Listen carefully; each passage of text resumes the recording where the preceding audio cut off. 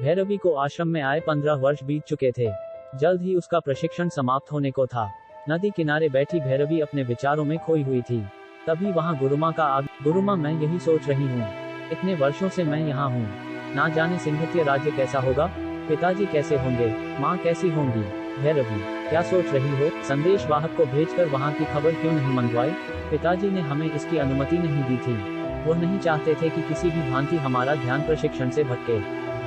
इसी कारण यहाँ संदेश लाने ले जाने वाले हर वाहक को उन्होंने ही मना कर दिया था। लेकिन अब चिंता का कोई विषय नहीं है। कल तुम अपने राज्य वापस जा ही रही हो।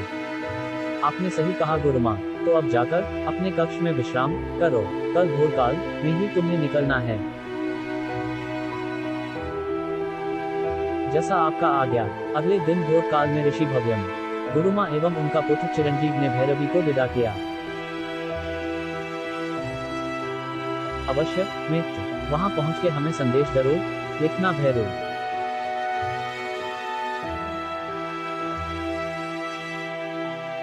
फॉल्स।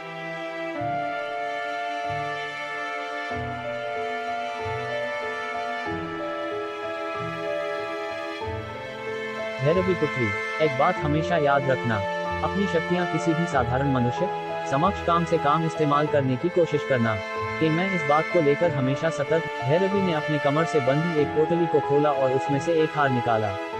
मैं आ रही हूँ मेरे अजनबी मित्रा। जल्द ही भैरवी सिंह के राज्य की ओर तेजी से बढ़ रही थी। उसका रास्ता एक घने जंगल की ओर बढ़ रहा था। तभी रास्ते के बीचों बीच भैरवी को एक वस्तु रखी हुई दिखी। ये टोकरी यहाँ कौन रख गया होगा?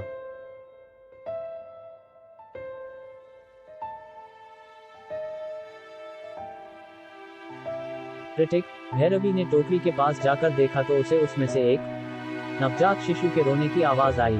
उसे यह बड़ा ही आश्चर्यचकित लगा। वो उस बच्चे के पास जाती इससे पहले ही वह एक विशाल दानव में परिवर्तित हो गया।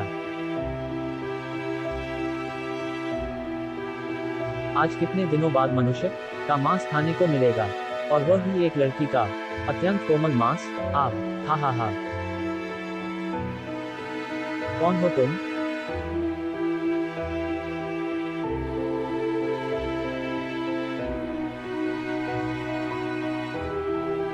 वैसे तो नाम भीमासुर है, पर तेरे लिए तेरी मृत्यु, अपने प्राणों को त्यागने के लिए तैयार हो जा। लड़की राक्षस ने अपना बड़ा सा पंजा भैरवी की तरफ बढ़ाया, पर भैरवी ने बड़ी ही शातिर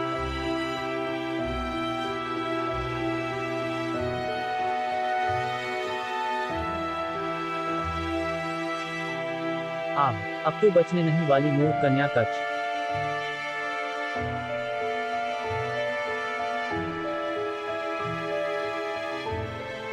उस दानव ने हवा में एक बड़ी सी छलांग लगाई और भैरवी को कुचलने की कोशिश करने लगा।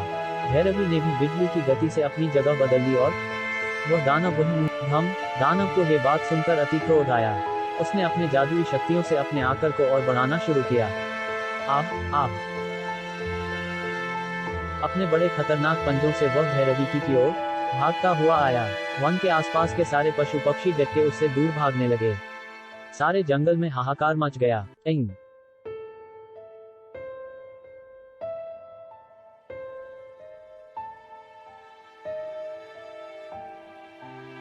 फॉल्स।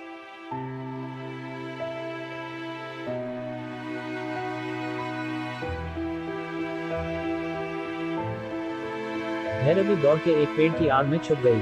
उसने परमात्मा का स्मरण करना शुरू किया और मंत्र उच्चारण करने लगी।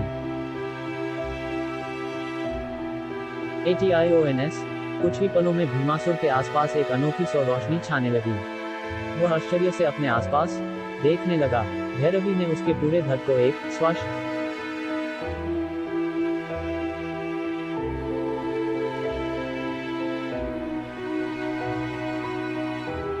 अब भी वक्त है भामासुर, पराजय स्वीकार कर लो, तुम्हें प्राण दान दूंगी।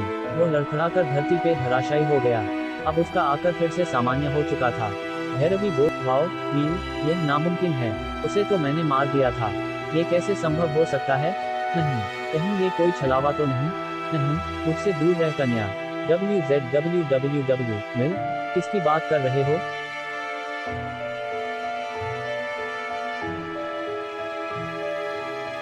भैरवी को कुछ भी समझ नहीं आ रहा था। उसे इस बात का भय भी था कि कहीं ये दानव उसकी शक्तियों को उजागर ना कर दे। उसने कुछ मंत्रों का उच्चारण करना शुरू किया। उसका सारा दहमटम हानायक, उसके प्राण जाने लगे। अरुंधति 5 आर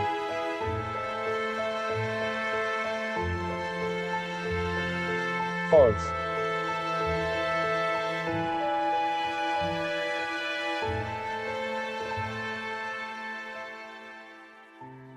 कुछ ही क्षणों में वह एक राख के ढेर में बदल चुका था।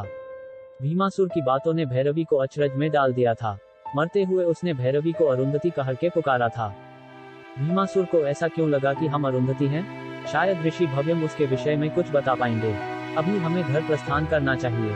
पिताजी और माँ हमारी प्रतीक्षा कर रहे हों। भैरवी ने एक दुकान पे जाकर पूछताछ करने का सोचा। यहाँ इतना एकांत क्यों है?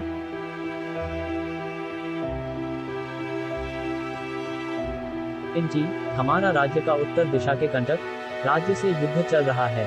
सम्राट एवं पूरी सेना को युद्ध क्षेत्र में गए हुए पूरे 2 महीने हो गए हैं, लेकिन उनसे लग रहा है इस बार हमें पराजय का सामना करना पड़ेगा।